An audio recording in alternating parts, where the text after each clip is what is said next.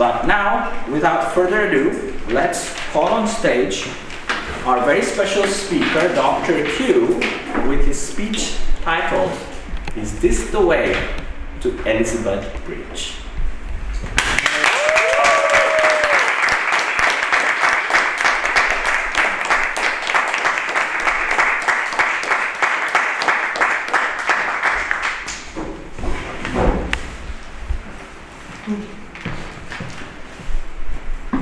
Hello.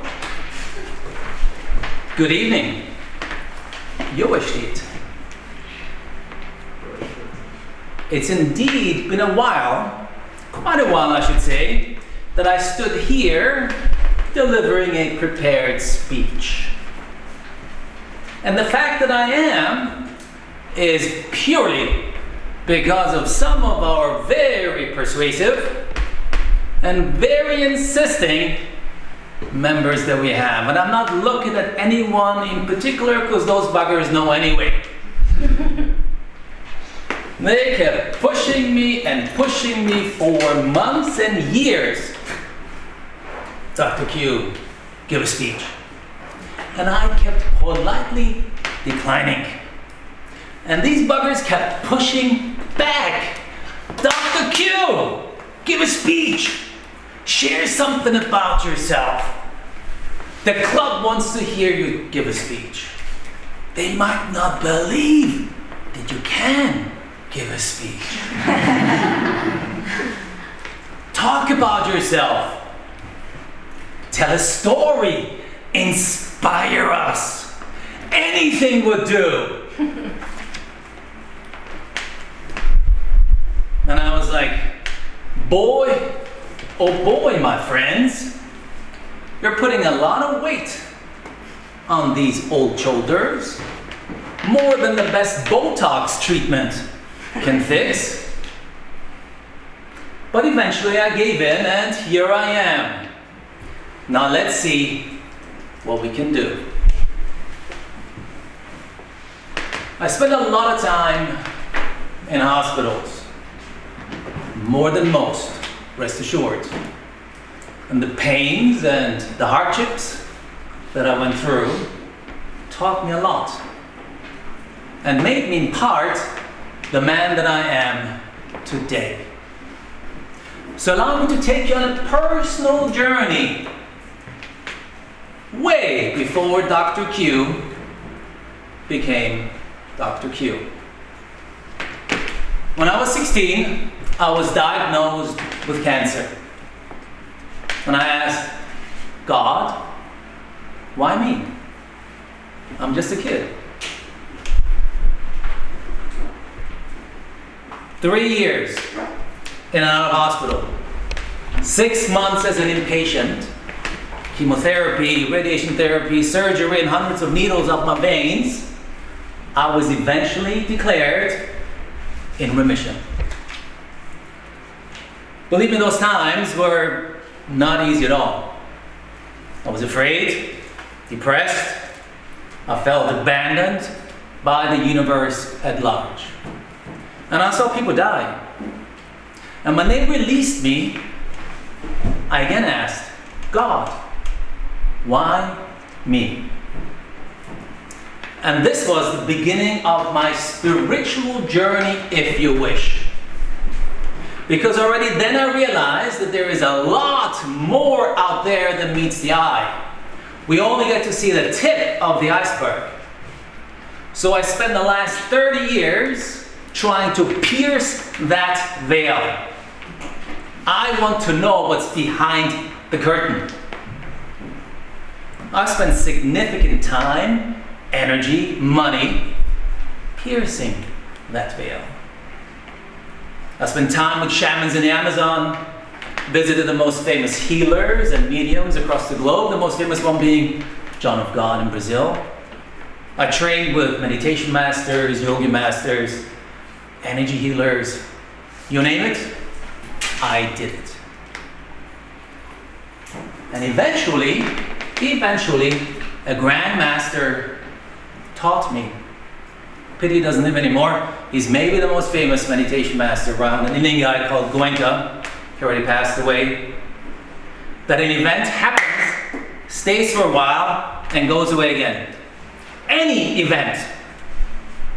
From the very big. Remember, Corona came, stayed for a while, and apparently it's already gone again.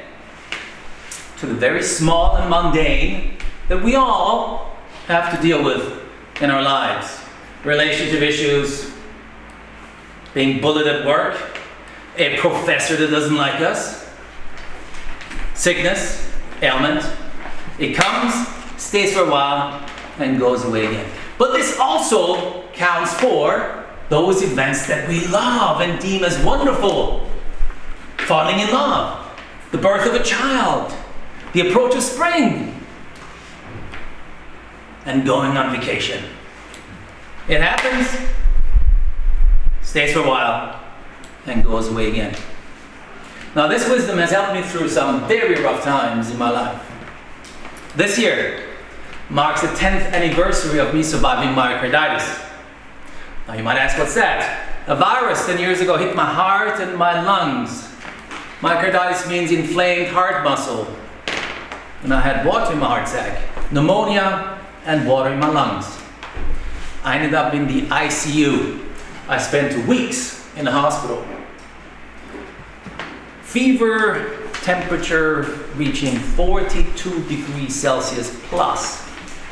I was in a delirious state for weeks, not just a day or two.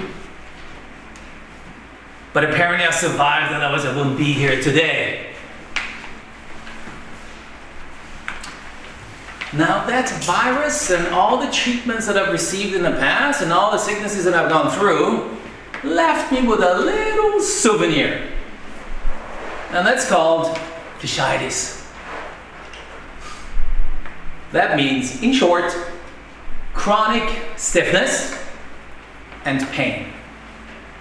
If I don't move, I stiffen up and I'm in pain. You guys would never know that I'm in pain today, would you? It's all in the mind, but that's a topic for another speech at another day. When I was released 10 years ago, my brother, who happens to be an orthopedic surgeon, said, "Brother, we need to do something here, because if we cannot crack you open, we have to cut you open." I was stiff as a board. When they released me, I couldn't walk. I couldn't even lift my arm. Hundreds of hours of very, very painful therapies.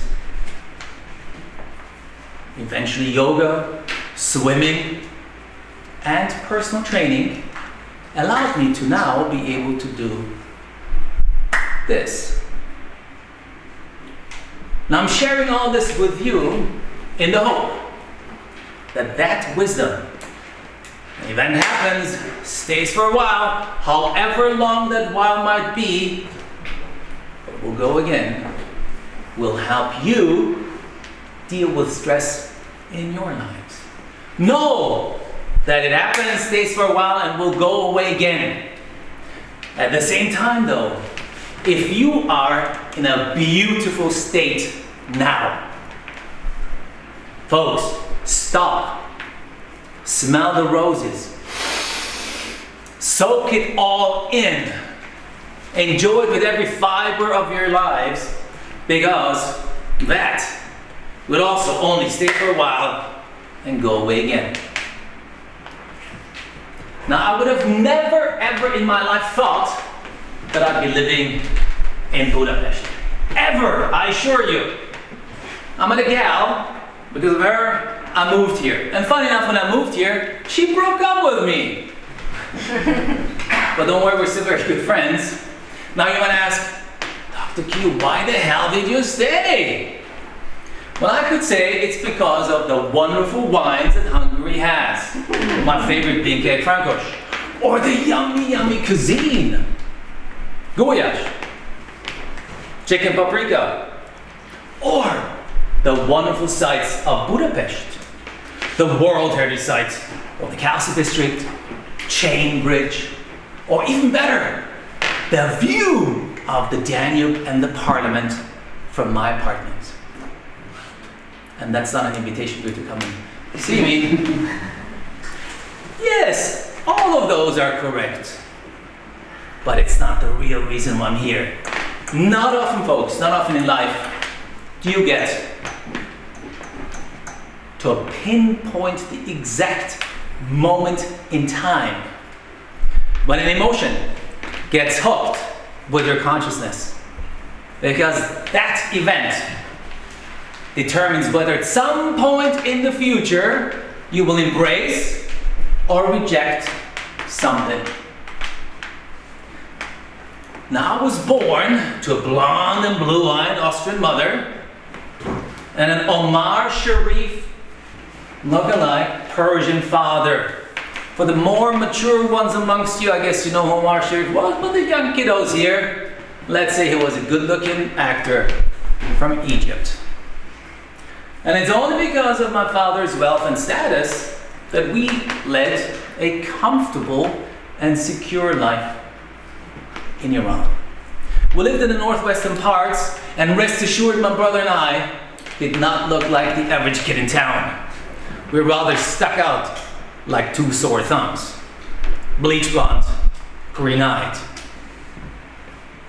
But in 1979, some of you might remember, maybe in history class, that a revolution happened in Iran. And overnight, guys, overnight our lives were flipped upside down. We had to flee the country, period. Had we not fled, I'm not so certain I'd be standing here today. My father's family are Baha'is, being tortured, imprisoned, executed. My dad would have been executed, without a doubt. But most likely, while at it, let's take care of the whole family. So on August 29th, 1979, our dad put us on a flight from Iran to Vienna to bring us temporarily to safety. Little did he know then that temporarily actually meant his entire life, never to return to Iran again. He stayed back, trying to salvage as much as he possibly could, and in October of 1979 he flew to the United States where most of our folks live, trying to establish us there. But it turned out to be not as quite easy as he thought it would be. So in the spring of 1981, my dad, after 2 years of separation, joined us in Vienna. So in the summer of 1981, we went on our very first family vacation. Destination. Budapest. You guessed right. Budapest. So we arrived at the Austro-Hungarian border. And as we got here, we realized, Hungary would not be quite the same as Austria. Sentry posts, barbed wire fences, guards, machine guns, sniffer dogs. We had to exit the car, we were patted down, the car was searched, making sure that we would not bring any one of those horrible Western goodies with us that might impact the pure hearts and souls of the Hungarians. Marlboros, jeans, stockings, detergent, and for God's sake, toilet paper rolls. Oh. But eventually we crossed. We made it through the Iron Curtain. And all of a sudden, everything had changed. No more highway. We were driving on a country type road. Imagine the two biggest cities of once the biggest empire of Europe. No highway connecting those two. Imagine driving from Washington D.C. to New York on a country road. It's unfathomable. But that was the reality. So we're driving on this country style road, potholes everywhere. Well, mind you, we got those in the US too. And we shared that road with chickens, stray dogs, and horse and mule-drawn carriages. And as we were driving, my dad looked back at us and said, "Oh my God, this looks just like back home." We were in awe. We found a country that was just like back home, far away, which we had to leave involuntarily, right next door to our newly found home of Austria. We were in seventh heaven. In our car, 3 languages were spoken interchangeably, and whatever language came to our minds first, we just spurted out. Persian, of course, German, and English.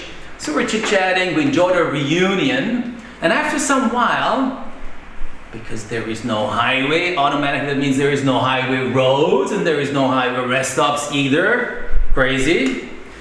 My dad said, "I don't know. We gotta go to Budapest, to Elizabeth Bridge, and report with the authorities." Sounds crazy, guys, I know, but that was the reality then. You had to report with the authorities, exchange money at a horrible exchange rate, to then be allocated accommodation that you were seeking. The more mature ones here might remember the company's name called Ibus. Eventually, as we're driving, my dad spotted a pedestrian. So he pulled over, rolled down the window, I know, gives away our age, it's old school, leaned out, and in English said, "Is this the road to Elizabeth Bridge?" The guy looked at us. My mom thought, she leaned over my dad and repeated in German, "Ist das die Straße zur Elisabethbrücke?" The guy looked back at us with a blank face and said, "Nem tudom," which means I don't know. The 4 of us, as soon as we heard Nem tudom, bursted out in laughter. And as my dad drove away, he left behind a confused Hungarian. Now you need to know, Nem tudom, I don't know, sounds very similar to Persian, Nemitonam, I don't know. Me, 10 years old, sitting in the back of the car, enjoying a drive through a country that looked so similar to the one we had to leave behind. Not only was it that similar to the country that we left behind, but seemingly these buggers also spoke Persian. And that was the moment, the exact moment that I fell in love with Hungary. You can rest assured that I enjoy every moment that I have in this country. Because I know an event happens, stays for a while, and goes away again. And with that, Mr. Toastmaster, the members and guests, thank you.